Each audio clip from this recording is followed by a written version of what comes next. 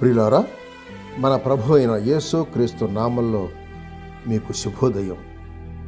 ఆయనను గూర్చి అనుదిన ఆత్మీయ ఆహారం, ఫిబ్రవరి 9 సోమవారం. నేటి మన ధ్యాన లేఖనం లూకా సువార్త 19వ అధ్యాయం 46వ వచనం.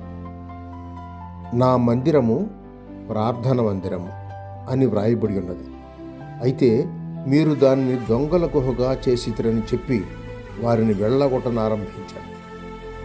వ్యాఖ్యానాంశం దేవాలయం. వ్యాఖ్యానం: క్రీస్తు తన సేవ ఆరంభమందు ఒకసారి కొరడాలు ఎత్తి దేవాలయమును శుద్ధీకరించినట్లు యోహాను సువార్త 2వ అధ్యాయం 13 నుండి 18 వచనాల్లో వ్రాయబడిన దాని ద్వారా తెలుసుకుంటున్నాం. పై వచనమందు వ్రాసిన సంభవం తన సేవ యొక్క కడపటి దినాలలో జరిగింది. శిలువ మ్రానుకు వెళ్ళక ముందు రెండవసారి ఆయన ఆలయాన్ని బాగు చేశాడు.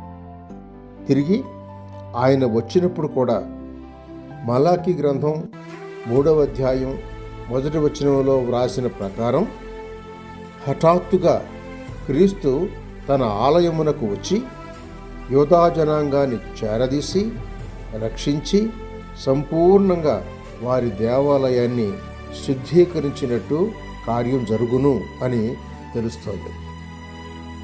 ఇంతటితో రోమీయులకు రాసిన పత్రిక 11వ అధ్యాయం 26-27 వచనాలు చెప్పుచున్నట్లు, యాకోబు సంతతిలో నుండి భక్తిహీనత తొలగిపోవును. ఇప్పుడైతే యూదులు కాదు గాని క్రీస్తు భక్తులే ఆయన దేవాలయం. ఆయన వారి యందు తన ఆత్మచే నివసించుచూ సంచరిస్తూ ఉన్నాడు. స్తోత్రం. అయినా భక్తుడు తన దేహము అను ఆలయమును పాడు చేసుకొనకుండా ప్రతిరోజు శుద్ధి యందును, పవిత్రత యందును, ఘనత యందును ఆ ఘటమును కాపాడుకోవాలి. తెస్సలోనికైలకు రాసిన మొదటి పత్రిక 4వ అధ్యాయం 5వ వచనం చూడండి. పరిశుద్ధాత్మ పావురము పోలికలో ఉన్నాడు కనుక నీవు అశుద్ధము తట్టుకు తిరిగితే ఆయనను నొప్పిపరుస్తావు. జాగ్రత్త. మత్తయి సువార్త 3వ అధ్యాయం 16వ వచనాన్ని చదివి సంతోషించండి. సహోదరుడు సైలస్ ఫాక్స్. శుభములతో వందనాలు.